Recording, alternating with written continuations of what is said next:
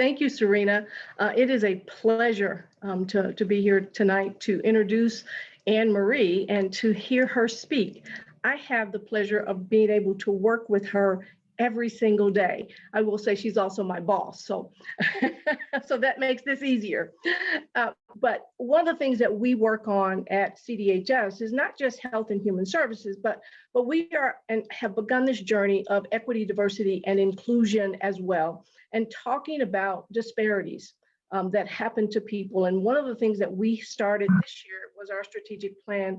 And one of the key components of our strategic plan was whole people, whole families, whole communities. Because what we know to be true is that if you don't treat the whole person, you won't find success. And as we look to giving away grants again this year, one of the things that I'd like for us to be able to understand is in our communities, if folks don't have access to healthcare, that's one of the greatest disparities. And that's what Anne Marie is here to talk with us about tonight. Are those health disparities and differences that exist in some of our underserved and marginalized communities? And so with that, I will turn this over to Anne Marie. I will ask that you hold your questions till the end. At that point, place them in the chat and we will start a robust conversation. Anne Marie is excited to be here. So Anne Marie, thank you. Thank you so much, Yolanda. I think maybe you might need to mute your computer though, because I think I'm getting a little bit of feedback. Okay, is that good? Does it sound okay? Okay, great. So thank you so much for having me. I want to first start with thanking Barb for all the coordination that you did with all the emails. I know this takes a lot of work to get together. Serena, your opening, I felt like I was in a spa for some, like your voice, just the way you were welcoming everyone. It was just so calming for a very busy day that I've had. And Anne, that story was amazing. I just am so impressed with you, and wow, I just have so many questions and am very, very impressed with that story. I think that's amazing. So I also have to thank Yolanda, who I call my friend and colleague. No one is Yolanda's boss. I'm sorry. Like, we work collaboratively to get the work done together, and Yolanda's just the best. And I've learned so much from you every day. And so thank you for that wonderful introduction. So I'll start with just telling you a little bit about me. And I don't know, I'm just making sure someone's going to put my slides up in a second, correct? I think they're going to work on that, but I'll just start by sharing a little bit about me. I was actually born in Johannesburg, South Africa during apartheid. I am one of 5 children and was living there. My parents are not from South Africa originally. They're actually from Texas. And my dad's job brought us over there. We moved from from South Africa to Holland in the Netherlands, lived in The Hague for a while. Then we moved to New Jersey, and then I lived in Arkansas for a number of years. So that journey around the world, growing up, really helped light a fire in me around equity and justice for a variety of reasons. That's a longer, like, over a glass of wine conversation, but just to kind of tell you a little bit about my history and how I got to be where I am. I went to school in Arkansas for my undergrad, went to New York City for my master's in social work. So I'm a social worker by trade. When I was in New York City on 9/11, another long story, I was running a school for kids with disabilities there, loved that work as well, did social justice work there. And we moved out to Colorado shortly after that. And so all these life experiences have kind of created who I am and who I am still becoming, right? And public health came into play in Colorado after I moved here. And I worked for public health, the State Department of Public Health, for almost 15 years. And a year ago, I just moved over to the Department of Human Services. While I was at the Department of Public Health, I had truly the honor of being the interim Office of Health Equity Director. So, you know, I don't see myself as an expert in this area. I'm just someone who spends who cares about it, who spends a lot of time learning about it. Anyone who tells you they're an expert in equity, diversity, inclusion you got to be suspect of them because no one is an expert in this. We are all learning. So today, I feel like my job is to really just share with you my learning so far. And hopefully you can learn something from that. And then in the discussion, I hope to learn from you as well. So let's go ahead and go to the next slide, please. I've got to start with just thanking Sarah Hernandez, who is not on this call. She is an amazing professional who works at the Department of Public Health and Environment when I was in my role there as the Office of Health Equity Director. And a lot of these slides, Sarah and I had worked on different pieces together. And so I just want to thank her. I don't know if she'll ever watch this. I did tell her I was going to publicly thank her. So I just wanted to give credit to some of the content, and these was developed in partnership with one of my partners that I worked with for many years. So next slide, please. So when we talk about health equity, one of the things we need to really talk about is what do we mean by health? A lot of times, and I wish, if this group were smaller, I'd be doing a lot more interactive, like, what do you think health means? But because of time, I have to kind of share what I've heard when I do these presentations. And, I love this slide because it talks about spirituality, relationships, health. As we all know, it's not just about going to the doctor, right? It's all these things. It's your career. It's all these things that make up your mental health, your physical health, your spiritual health. And so the World Health Organization defines health as a state of complete physical, mental, and social well-being, and not merely the absence of disease or infirmity. So it's really important to see health holistically and to know that when I'm talking about health equity, I'm not just talking about, being ill, COVID-19, those kinds of things, definitely part of health, right? But it's not just the absence of what's going wrong. It's this positive, holistic approach to who we are. Next slide, please.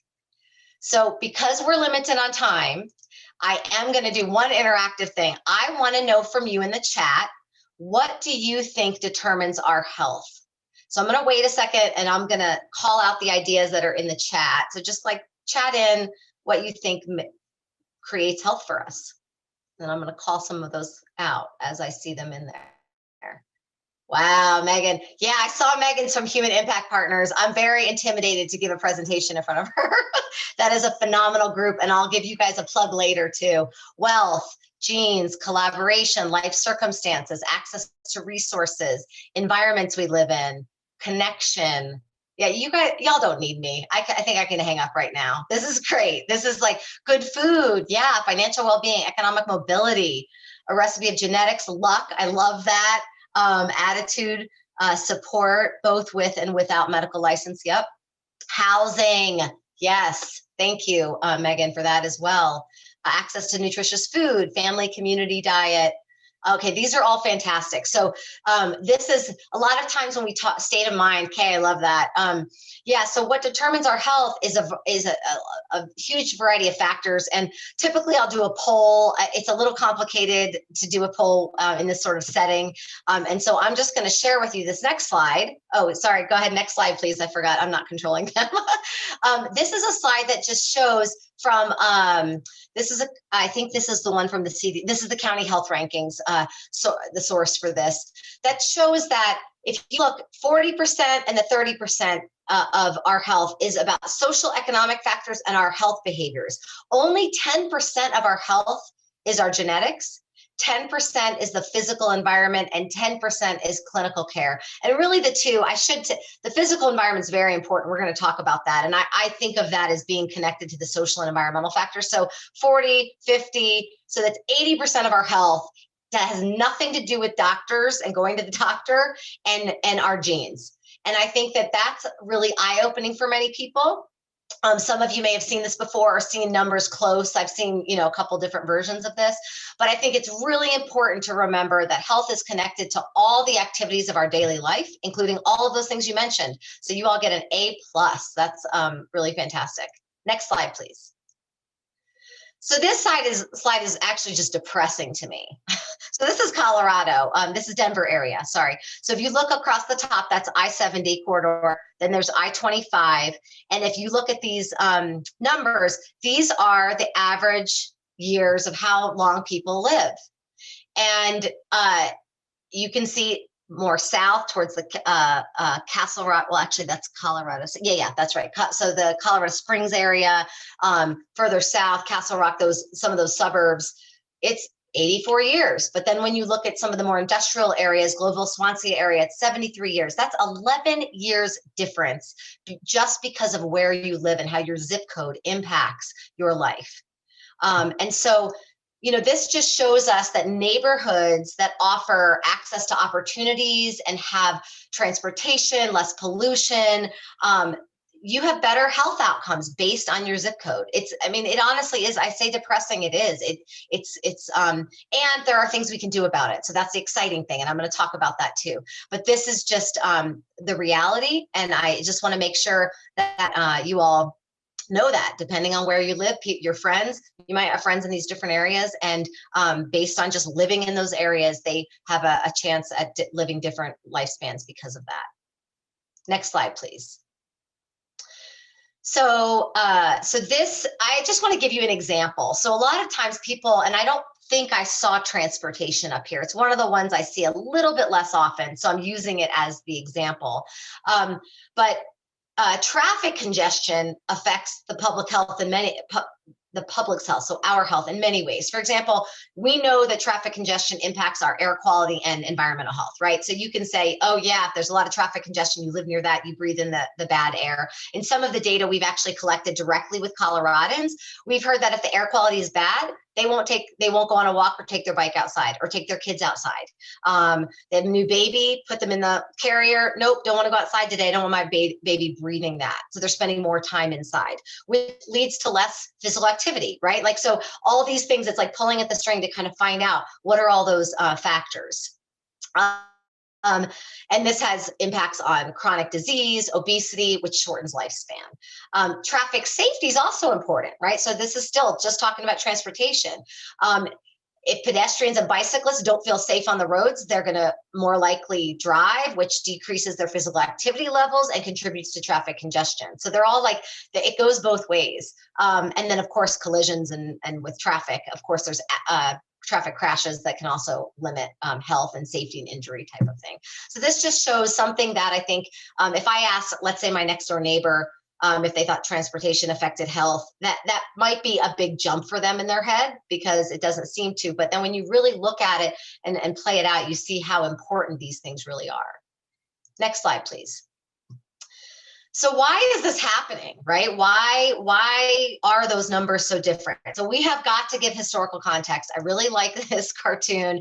I don't know if you can all read it, so I'll just read it out loud. For a fair selection, and there's a bunch of different animals. There's a monkey and an elephant and a fishbowl, a dog, and a penguin, I believe. For a fair selection, everybody has to take the same exam. And the exam, the man says, is to please climb that tree. So these are all animals, right? They all have differences, but think about it, right? So this is a really good example of the lack of opportunities, and I'll be talking about that in my next slide. So let's go ahead and talk about historical context in the next slide. Thank you for moving that forward. So this is another thing that kind of frustrates me and it helps light the fire as to why I care about this and why I want to do something. Is I learned, I don't know, I maybe learned this 10 years ago in grad school. I don't even think, I went to a very good graduate school for social work. We might have touched on this. I took a lot of policy classes. Maybe I didn't take the one. This was not talked about a whole lot, honestly. And I feel like in the last, I would even say 5 years, it's being talked about more in the mainstream. But this is a true story that this is a map that you're looking at right now of the city of Denver, as it was what they called redlined. And so some of you might know this, and just bear with me for a second. I need to just make sure everyone understands what this is. And if you overlay a map of poverty with this, you will see that the same areas of red also have the highest rates of poverty in Denver today. And so what redlining was, is it was a practice for decades. Many banks in the US denied mortgages to people, mostly people of color in urban areas, preventing them from buying a home in certain neighborhoods or getting a loan to renovate their house. So this practice, which was backed by the US government, okay, and I work for, not the US government, but I work for state government. One reason why I stick around in state government is because I want to dismantle pieces of it to fix it and make it better and rebuild it to make sure it has equity for everyone. This started in the 1930s, and this took place across the country. This was not just Denver. This was across the country. And as a result, banks and other mortgage lenders commonly rejected loans to credit-worthy borrowers. Some folks had just come back from the war, right? Men of color who just fought for our country come back from the war, and they can't get loans for homes or money to renovate a house. And it was strictly based on where they lived and their race. And so, in fact, as part of that practice, financial firms and real estate agents and other parties demarcated these geographical areas and said these are strictly off limit for issuing loans. Actually told people that, not just we should think about, but do not lend to these folks. So scholars who study this and housing discrimination in particular really point to redlining as one of the factors behind this huge wealth gap that we have between Blacks and whites in the US today. According to one source, in fact, Black families have lost out on at least $212,000 in personal wealth over the last 40 years because their home was redlined. So the consequences of this redlining and this policy that was developed have just gone on for generations. There are so many great videos. I thought about showing a few, but again, because we're short on time, I wanted more time for discussion. But you can just look this up and you will see a plethora of things. And Yolanda and I know, as I said that, I'm like, there's so many things on the internet. We're happy to point you in the right direction for some of the, well cultivated and cultured pieces that will help you really see the differences. And so basically, what's all this saying? Poor health exists in places that are segregated from opportunity, obviously, right? Think about what you have in your neighborhood. I think about that as I walk. I had a problem with my car. I put my car in the shop. I was able to walk to the grocery store on a safe sidewalk with my 9-year-old son. And I didn't have to worry about getting hit by a car. I still had to look both ways, but there was a crosswalk there for me. And I was able to do it with fresh air, right? And so moments like that in my very privileged life, I think about how, wow, a lot of people have to walk everywhere. And what if you don't have a grocery store close by? What if you don't have a car? How do you get to a medical appointment or a job? You have an interview for a new job and you're relying on public transportation. And sorry, I lived in New York for years, so Denver is getting better, but moving from a city that's got public transportation pretty much down, not that it didn't break down, but Denver, like sometimes it's hit or miss with different lines, different bus lines and things. So imagine that everything is depending on, this bus ride that you have to take from A to B to make sure you're on time for a job interview. These things matter in people's lives. And so research has illuminated over the last several years just this strong connection between race and place and how, depending on where you live, really does matter. And I mentioned I grew up in rural, I said Arkansas. I didn't say rural. I could have lived in Little Rock, which is much more, is a city, metropolitan area, but I grew up in a rural area. And so there are also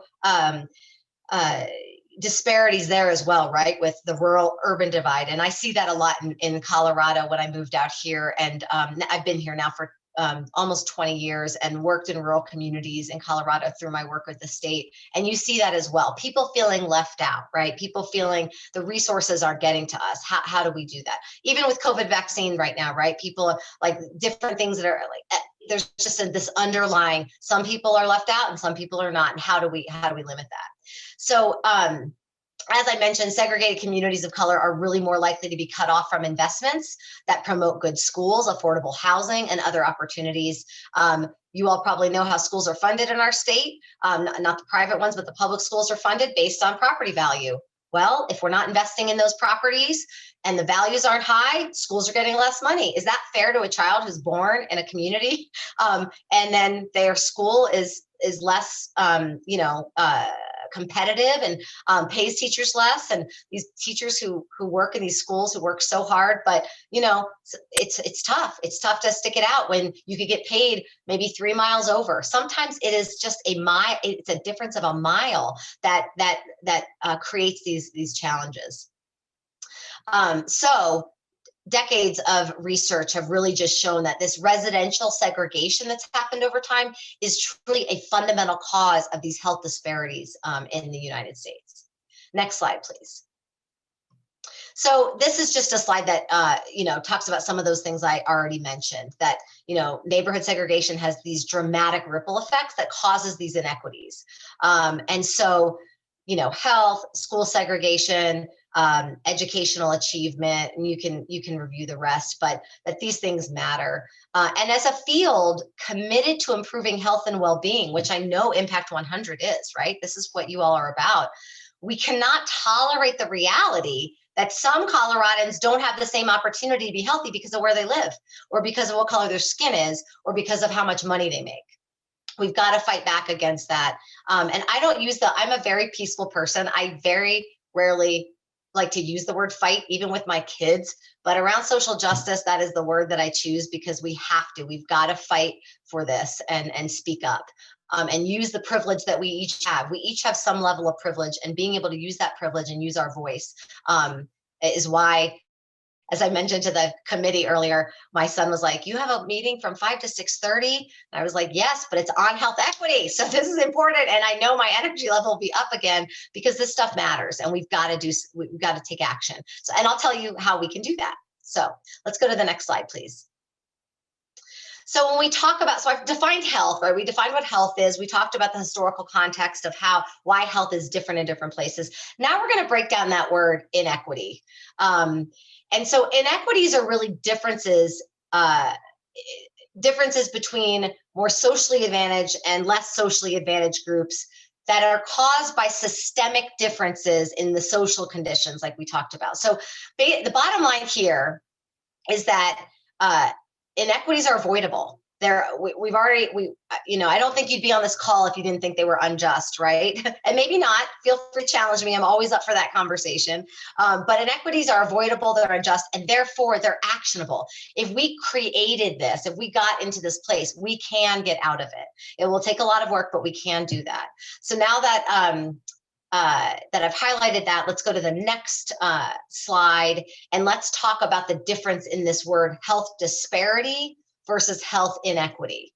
So a health disparity, in simple terms, let's just say health disparities are just mean a difference, right? That's what a disparity is, a difference in health status.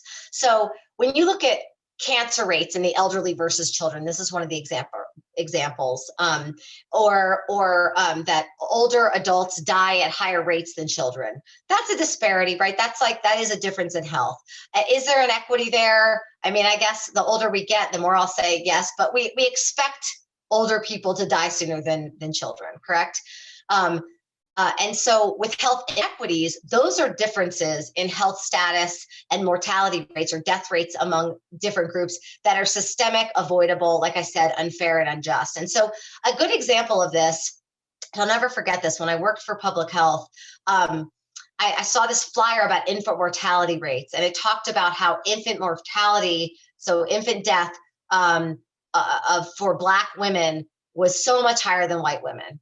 And it left it there, basically. So if I was someone who didn't know a lot, I'd be like, well, what are those Black moms doing to those babies?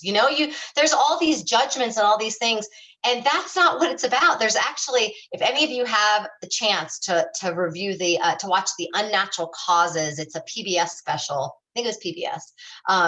You can Google that, but it's a video that basically demonstrates that racism and this constant stress that Black women face from the time they are young to the time they start having babies actually has impacts on their children.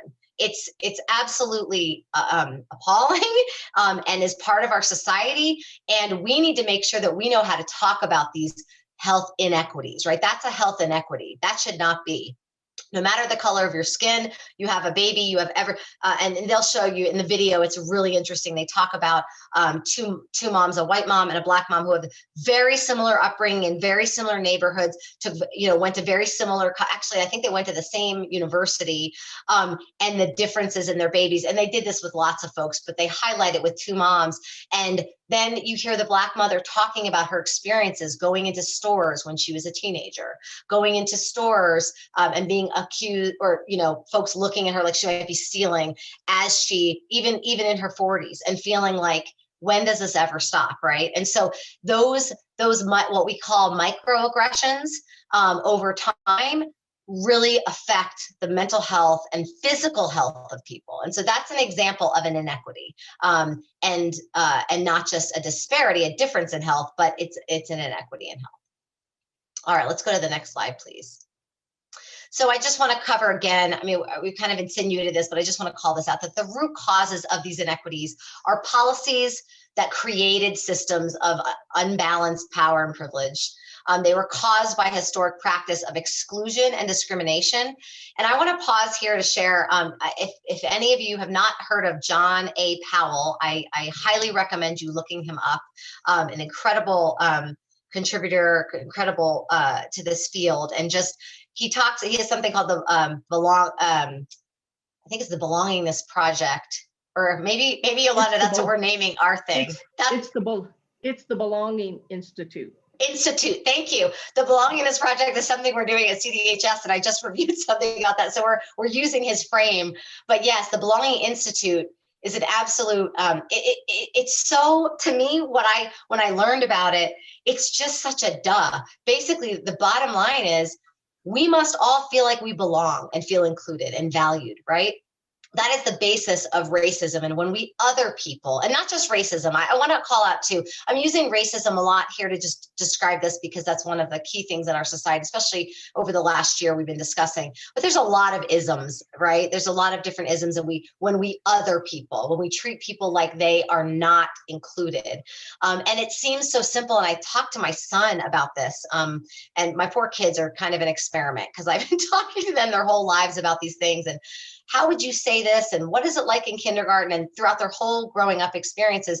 And it is that whole, what do we learn in kindergarten, right? Like, to include people, to think about how other people would feel. All those things are, and I don't mean to minimize any of this. I know this is deeply painful for a lot of people and the experiences they've had, but really it does boil down to whether people feel like they belong and they are part of society, part of the group, part of the work group, part of the family, part of whatever it is. And so when we historically exclude people and treat them different, this is what creates these negative health outcomes. And so those things, as we talked about, led to this geographic concentration of poverty and this hyper-segregation. So we really need to be addressing these things. So next slide, please.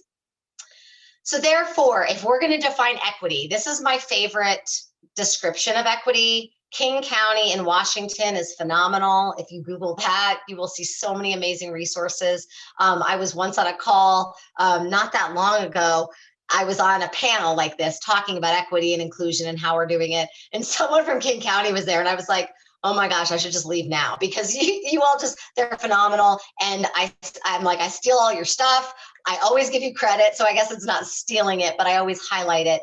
And I just love this. It's creating places and conditions where all people have opportunities to thrive. That is what equity is. How do we create places and conditions where all people have opportunities to thrive? That is why we're here.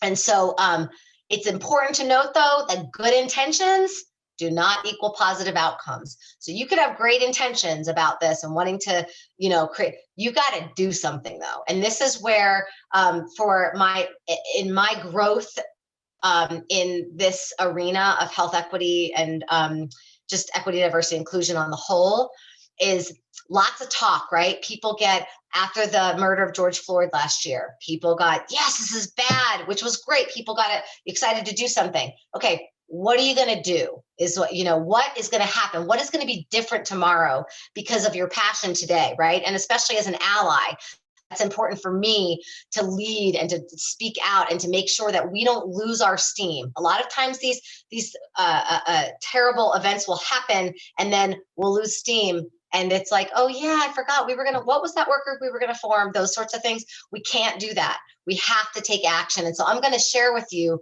some actions that I feel like Impact 100 specifically can take in the work that you all are doing, which is exciting stuff. So let's go to the next slide, please. So don't worry, I'm not going to go into great detail about this. Some people will love this because they like frameworks, and some people will not want to look at this. So I'm going to talk about it. I'm going to just talk you through it. This is based on the Bay Area Regional Health Inequities Initiative, or what we call the BARHI. It's a public health framework for reducing health inequities, and it's fantastic. And so I'm not going to go through all of it, and you could just, again, Google it, or I'm happy to share it. But if you look at the right side, okay, mortality, that's about, people dying. So I'm going to use a very specific example to smoking. Okay, we're going to talk about smoking, tobacco. I guess I've got to be specific here in Colorado. It can be anything, but I'm going to talk about tobacco today. So the mortality piece is, someone dies from cancer, lung cancer. So what occurred before that? Well, or they die, sorry. Then what occurred before that? They died of lung cancer. And what caused that? What were the risk behaviors that happened, right? So a lot of times, the old model of public health, we used to focus on the risk behaviors. Let's get people to stop smoking. Everything is put into that. Let's get people to stop smoking.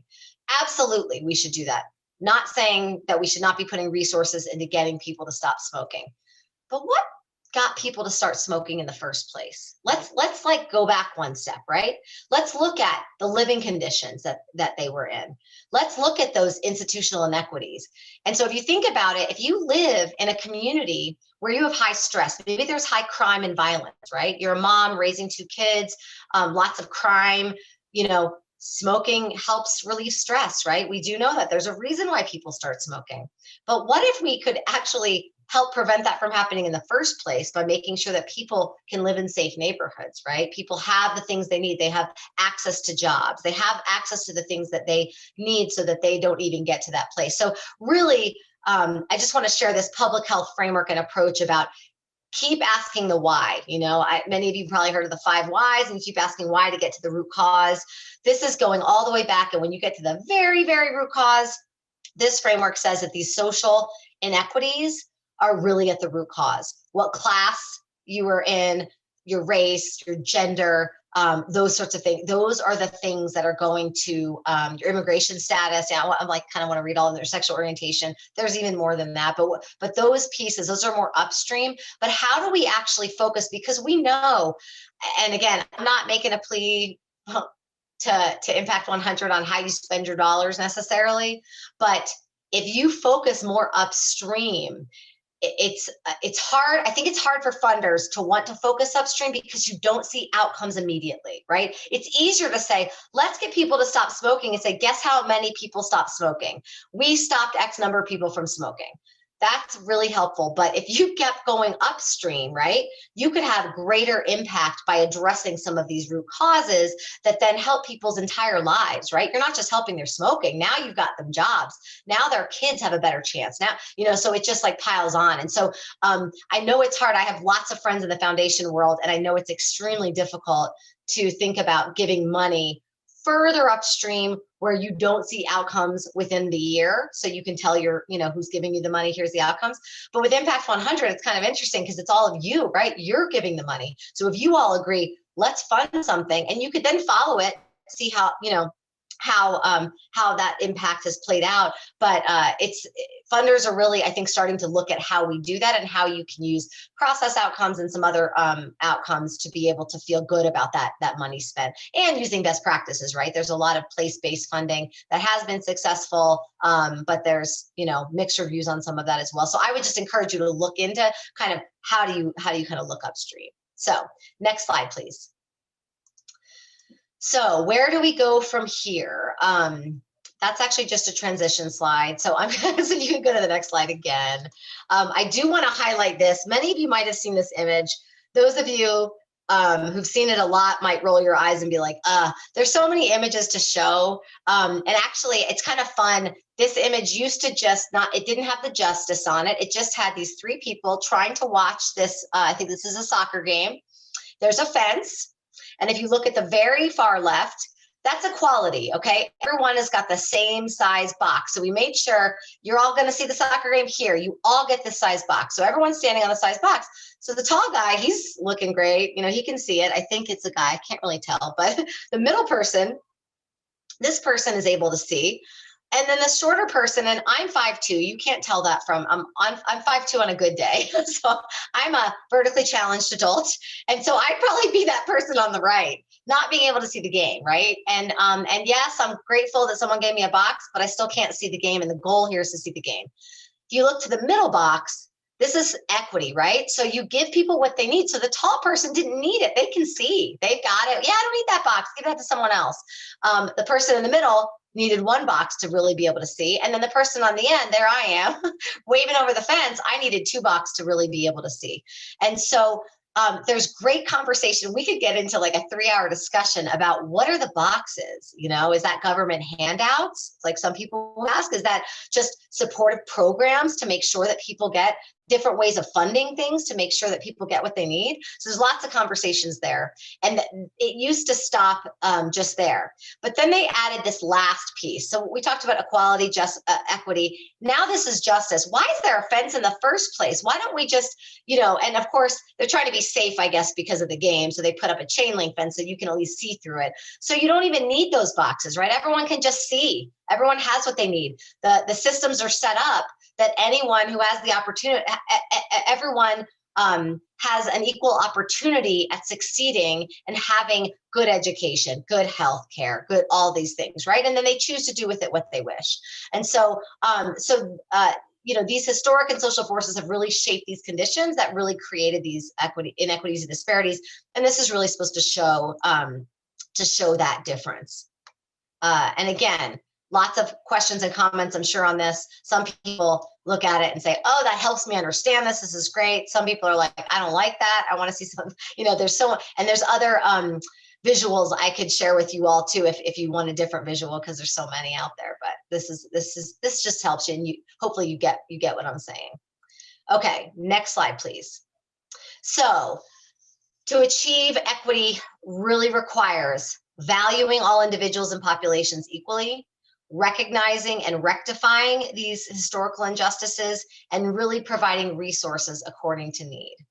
So let's go to the next slide, and I will share some things that what this could look like. So working towards equity can look like this. And there's a million things I could have put on this slide. I'm just picking a few things that I feel like fit well with an organization like Impact 100. So first is how we look at data. We can look at data differently to really understand the structural barriers. Sometimes, you know, if I could count, if I got $1 for every time that I proposed when I was in public health, like, we should be collecting this data, or we should, how about knowing this piece of information? And people saying, we don't collect that. Oh, okay, well then I guess we need to find, and so that makes us stuck, right? If there's information we want to have and we're not collecting it, let's figure out how to collect it, right? Let's figure out how to disaggregate data. I know the Asian American, American Indian populations, when I worked with them, they would say, stop lumping us together. We are very different groups. And even though our numbers might not be really high, we need to really look at the data and talk about these different subgroups and how it impacts us. Let's take the time to do that so we can really address what's needed. So looking at data differently, very important. We're actually going through that at Human Services right now.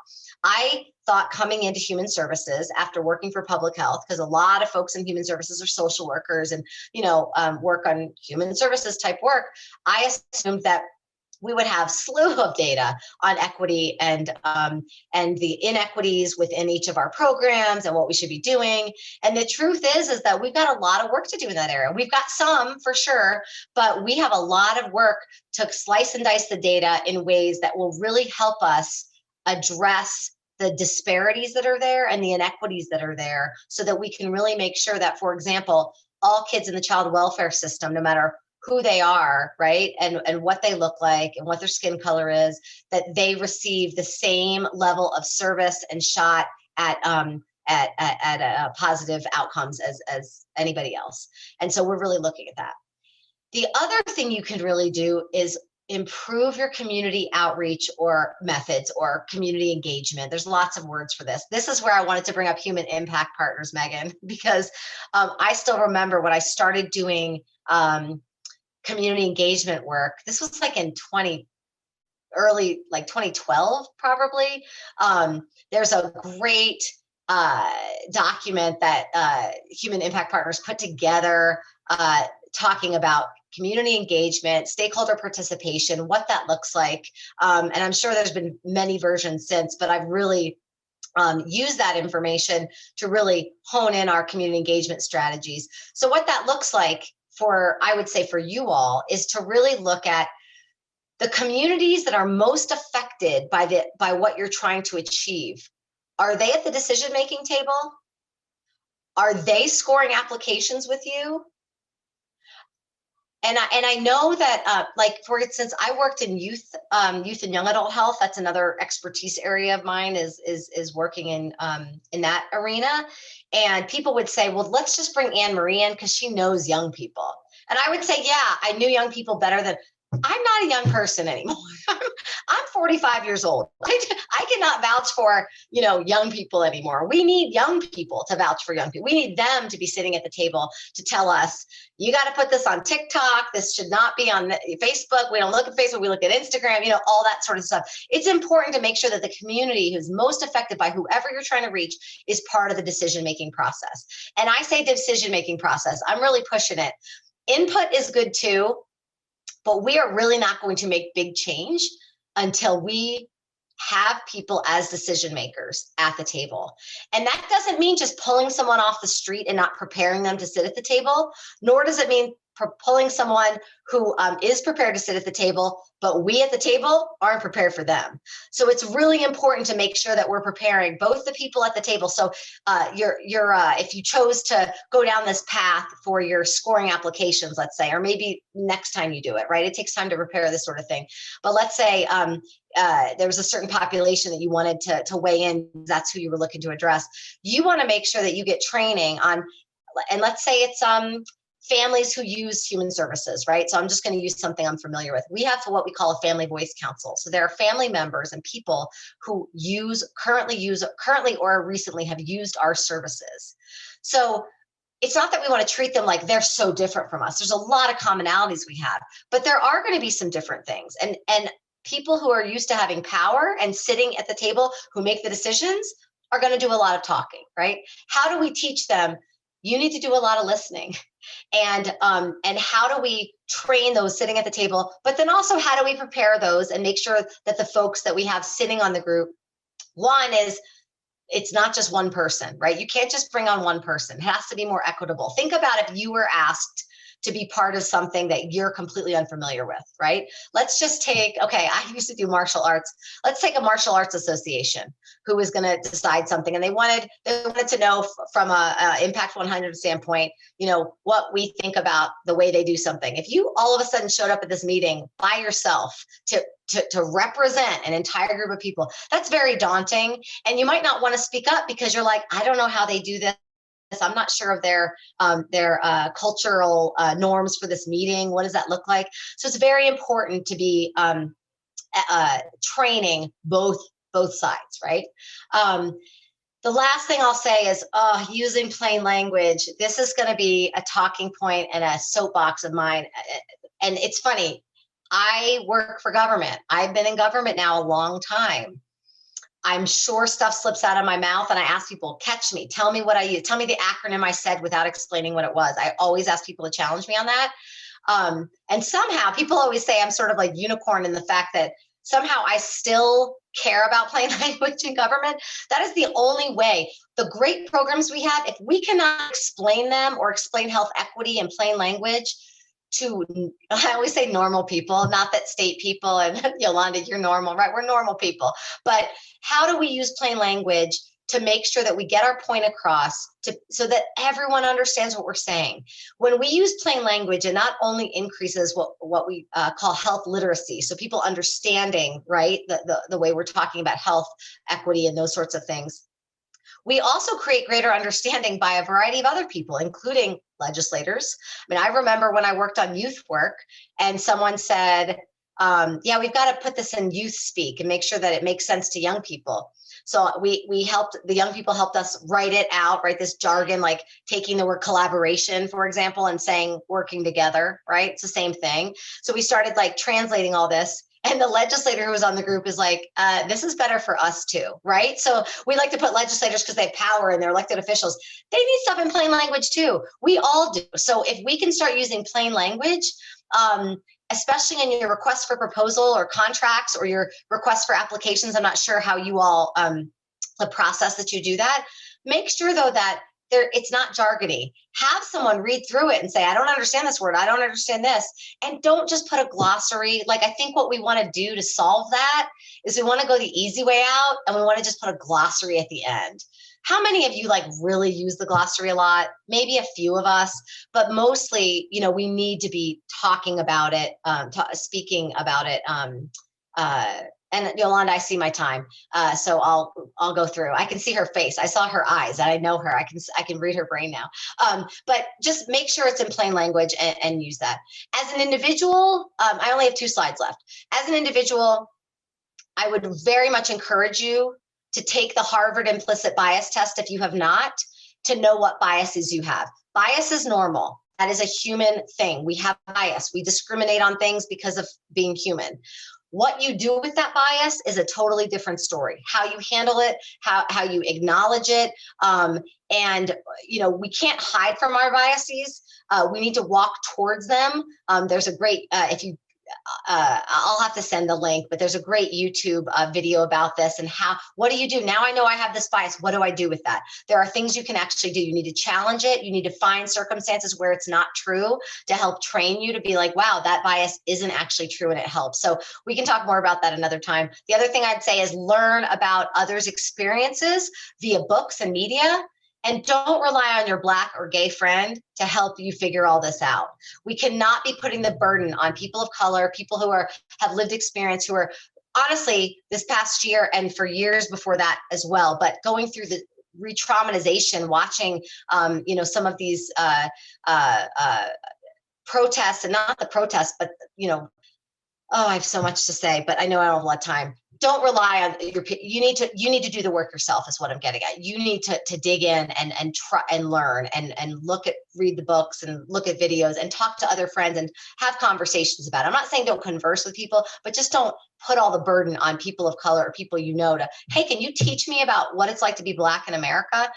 You know, that can be really heavy for people. And so just be cautious about that. Next slide, please. And almost last slide, I promise. So these are some questions you can ask. This is checking our assumptions. There's actually a tool. I took the questions from the tool and put them on here to ask. Who determines what the decision-making environment looks like? That's an important question to ask. Sometimes controversial answer depending on what kind of group it is. Make sure decision makers have taken that implicit bias test, so you kind of know where you're coming from when you're choosing the different applicants, right? How will affected communities be involved in defining the outcomes for success?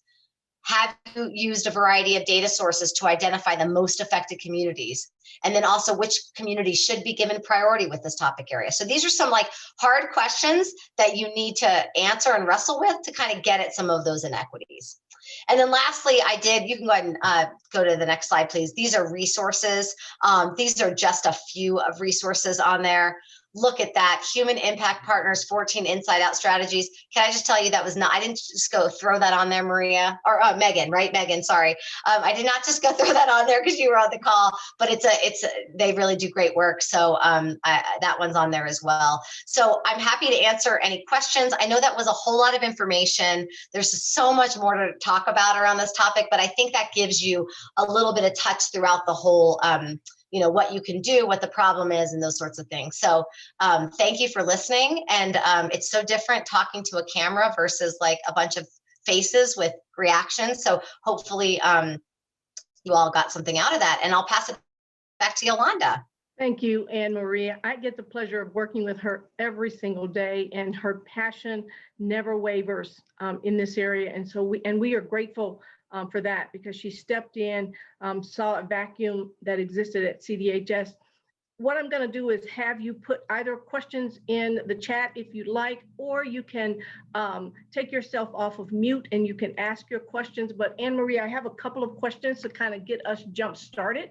One of the first questions is, how can we as an organization, Impact 100, help promote healthy behavior change? Oh, you're on mute. Sorry, I'm getting so used to putting myself back on mute so I don't interfere with other folks. So I would say, so the two things that come to my mind when you ask me that question is, one is to identify your values, right? So if you're going to promote healthy behavior, healthy, and around health equity, I think that's what, is that what you're talking about in relation to health equity specifically, right? Sure, I just want to make sure. Okay.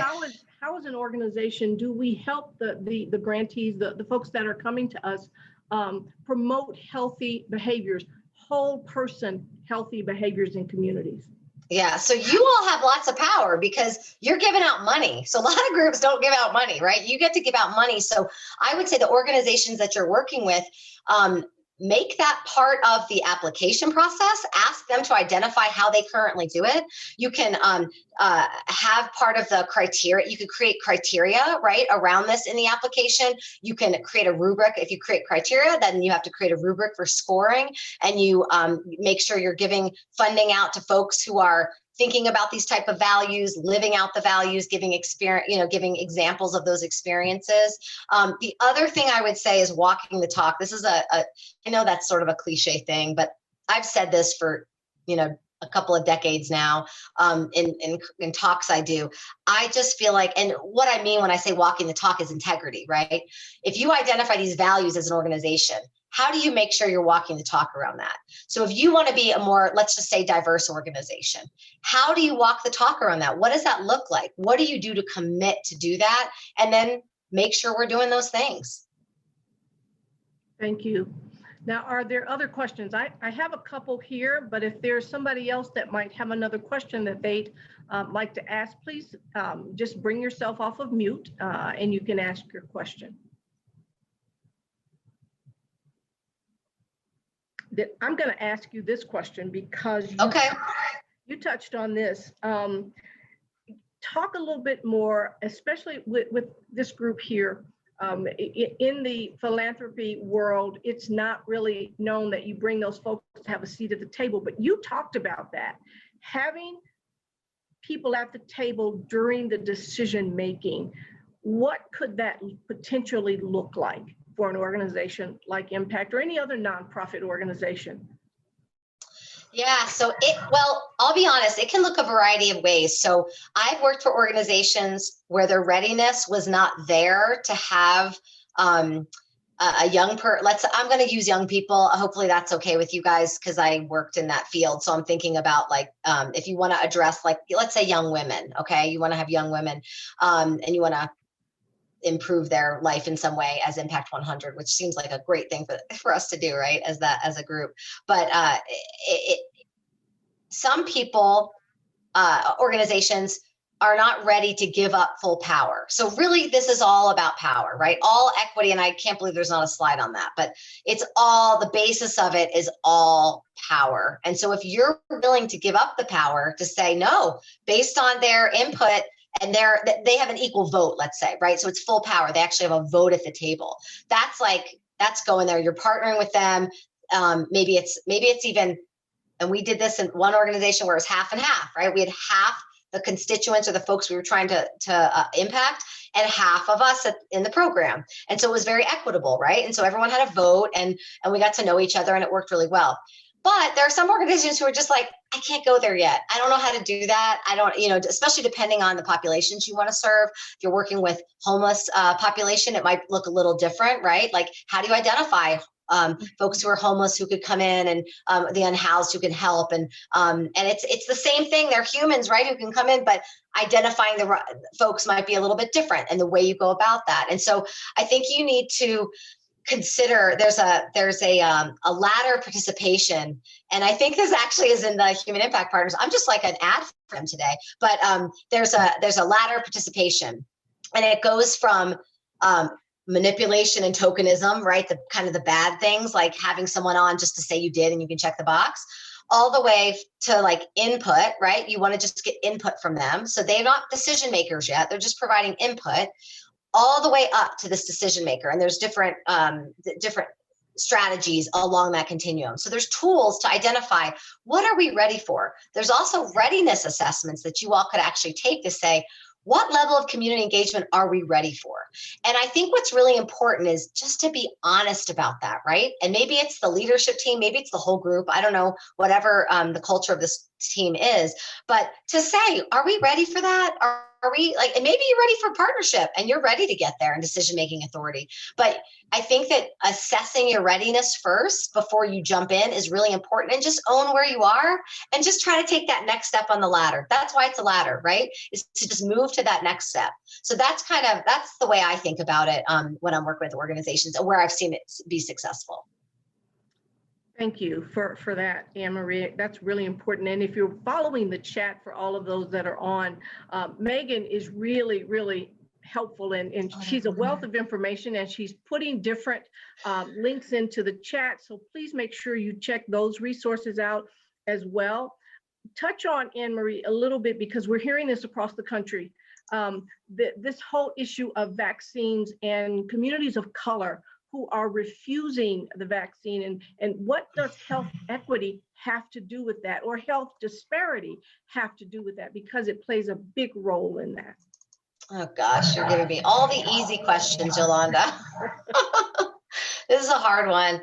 I mean, so there's history there, right? Some of you may or may not know that, but there's history with our government practicing and experimenting on people of color, Black communities specifically, and didn't go so hot, right? Like bad history there. So we're trying to fight and help support, like, how do we ensure that people of color and other marginalized populations as well feel safe to take the vaccine, right? So that's one huge issue that's underlying all of this.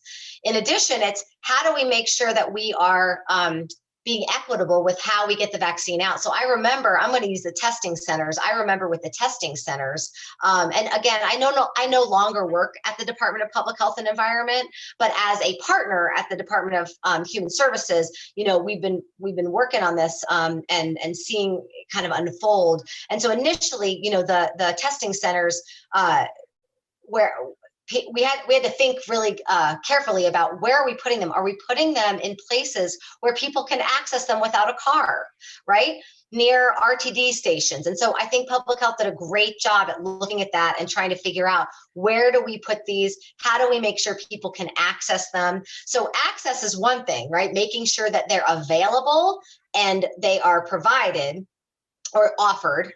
But the other piece to this, Yolanda, that I feel like is so tough is the piece of the trust. How do you trust government? I mean, I tell you one other little story. When I was in another role, I was the tribal liaison for the department, and I brought a group of state employees together, really good people, right? Best of intentions.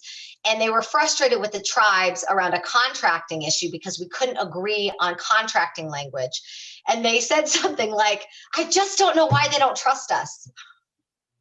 And I was just like, really? You don't know why American Indians don't trust government? Like, we should talk about this. And so we had to get into this. I really had to step back. This person was a wonderful human being who just was not connecting all those things, right? She felt like she's a good person. She's not going to, you know, do something intentionally bad to not support them. And of course she wasn't, but there's longstanding history. And so how do you combat that? And I think one of the best ways to do it is by being real. And I know that sounds really, I don't know, like I don't know, cliche. It does sound cliche, but if we're not being real and having meaningful, I always add the word meaningful before I talk about community engagement, because I think that word is thrown out there so often, like, oh, we're gonna do this community engagement, but if we're not having real meaningful dialogue where we talk about it, one of our most recent visits, our tribal consultations in my current role, one of the biggest conversations that came out of that is, your people, meaning CDHS folks, do not understand what it means to be a sovereign nation. And I heard that, and the chairman spoke about it. Chairman Hart, who I dearly love, he spoke about it. It was one statement inside a giant like sentence or paragraph about something totally unrelated. And when we left, people were like, we got to fix this big unrelated thing. And I was like, did you not hear what we need to fix is the deep-seated stuff that we're not talking about because it's uncomfortable. So one of the biggest things I always say to people is we've got to get comfortable with being uncomfortable. It's the only way we're going to make change. And so even though it's uncomfortable to talk about these things and to say, you know, I get why it would be really scary, and you can't even say I get, right? I can't even fathom what it would feel like to be a Black woman and be asked to take a vaccine when who knows what has happened in my family. Like, I can't get in that frame, but to acknowledge that, right? To say that is meaningful discussion, to be able to say, I cannot ever understand what you're going through. Not to say, oh, I can only imagine, like sometimes we as, and I'm going to say white people, like, because I am white and I can say that we as white people will say things that we think are helpful, but they're really not because they're not really real. So I think it's really important to be as meaningful as we can. It's okay if we mess up. Yolanda is the best at this. I just have to say, you all are so lucky to have her on this group. She's one of the best people to say, it's okay. I'll tell you when you mess up, but I'll still love you and I'll care about you, but I'm going to tell you when you mess up and when you say the thing wrong. In fact, Yolanda, I wasn't expecting to share this, but I'm going to share our interaction that happened months ago after George Floyd was murdered, and we were having these conversations, and I had been in equity conversations talking with staff who were hurting and and I was tired, like I was exhausted that day from all these conversations. And I said at a leadership meeting with Yolanda there, I said, I am just so tired of talking about this. And I was saying I was tired of just talking about this. I was tired of us not taking action is kind of what I was, is where my frustration was. But what my words was, I'm tired of talking about this. And Yolanda so sweetly on the side, which it would have been fine if she would have called me out because I called it out later. But on the side, she texted me, she goes, you're tired talking about this? Do you know how tired we are? How long I've been living this? Like when you say that, it takes away. And I'm like, oh my gosh, I never thought about that. And so we were still in the meeting. So I interrupted the meeting and said, guys, I have to share an interaction Yolanda and I just had on the side. And you all need to hear this, that I messed up by my words. And I owned it and just talked about it. And I think if anything, and Yolanda, you can feel free to share your perspective, but it helped us grow to become closer together because again, here I am speaking to you about this. I mess up all the time still, but I'm willing to take the chance, right? Like it's important to not be scared of trying and asking and then learning from those interactions we have, right? And then adjusting and making sure that I never say, I'm tired of it. I'm so tired of this, I'll never say that again in that way. And so anyways, I just thought I'd share that too. Thank you, Anne-Marie. When I say she's passionate about this, she has jump-started our conversation at CDHS, and we are the more grateful for that. I want to make sure that if you do have a question, please take yourself off of mute right now. And we're winding down, and I'm going to turn this back over to Barb and Serena here shortly. But if you have a question, please don't hesitate to ask. I always say that these are difficult conversations, but they're not wrong conversations. And even the dissenting voices need to be at the table. Even if you don't agree with something, it's the only way we get to a better society. And as Impact 100 members, it's the only way that we can help change communities and the communities that we are giving to. Is the only way we can do that is to have these really difficult and challenging conversations. And I've had the pleasure of meeting some really wonderful folks here. I see Kay Cowling, Judy, I see Sue, I see Esther, wonderful. I see Ashley Clark, and I am just ecstatic to see you, Ashley. Thank you for being here. And so with that, I'm going to turn it back over to Serena.